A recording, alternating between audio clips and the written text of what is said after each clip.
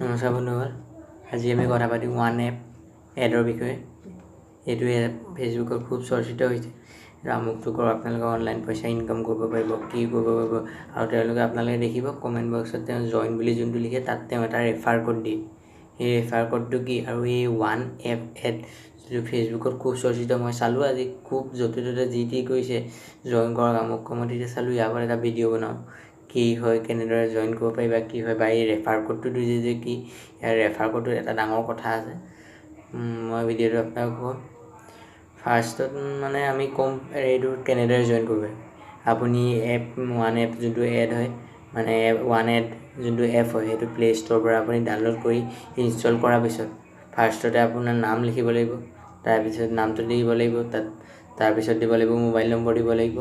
তাৰপিছত আপোনাৰ যোনটো এটা ৰেফাৰ কোড দিব লাগিব। ৰেফাৰ কোডটো কি, ৰেফাৰ কোডটো আপোনালোকে চেচবুকত দেখিছে, তাত যোনটো আহে অনলাইন, তাত তেওঁলোকে এটা ৰেফাৰ কোড দিয়ে। সেইটো ৰেফাৰ কোড বা আপোনালোকে খুলি জইন ফেচবুক কি এই ওৱান এপ যোনটো এড হয় সেইটো অ'পেন কৰিব সময়তো আপোনাৰ এটা ৰেফাৰ কোড দিব পাৰি।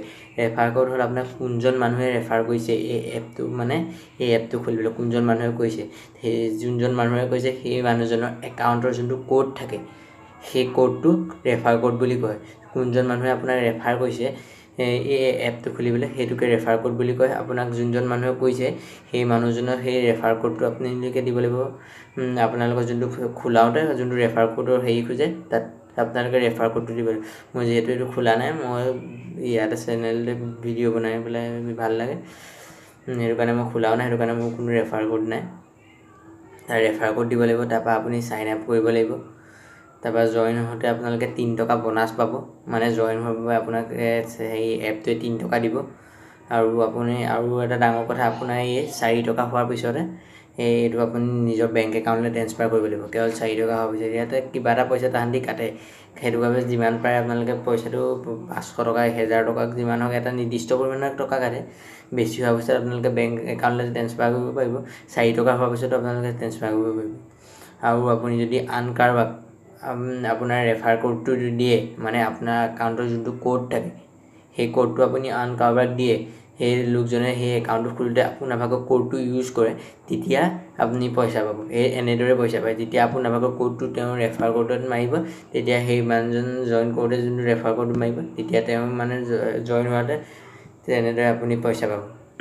আৰু প্ৰতিটো শ্বেয়াৰৰ ৰেফাৰ কোড আহোঁতে আপুনি মানে আপোনাৰ ভাগৰ সেই ৰেফাৰ যোনটো কোড আছে, একাউণ্টৰ কোড আছে, সেই একাউণ্টৰ কোডটো মোৰ ভাগৰ মই জইন কৰোঁতে যেনিবা মোক ফোনত মাৰিলোঁ, আপুনি তেতিয়া মোৰ ভাগৰ পৰা আপুনি 6 টকা পাব।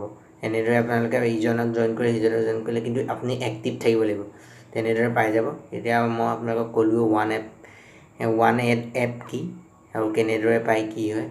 আপোনাৰ ৰেফাৰ কোড আকৌ এবাৰ কৈছোঁ, ৰেফাৰ কোড হ'ল সেইটো যোনটো আপোনাৰ একাউণ্টৰ কোড, আৰু অন্য ব্যক্তিজনে যেতিয়া একাউণ্টটো খোলোতে আপোনাৰ কোডটো মাৰে তেতিয়া সেইটো ৰেফাৰ কোড বুলি কয়।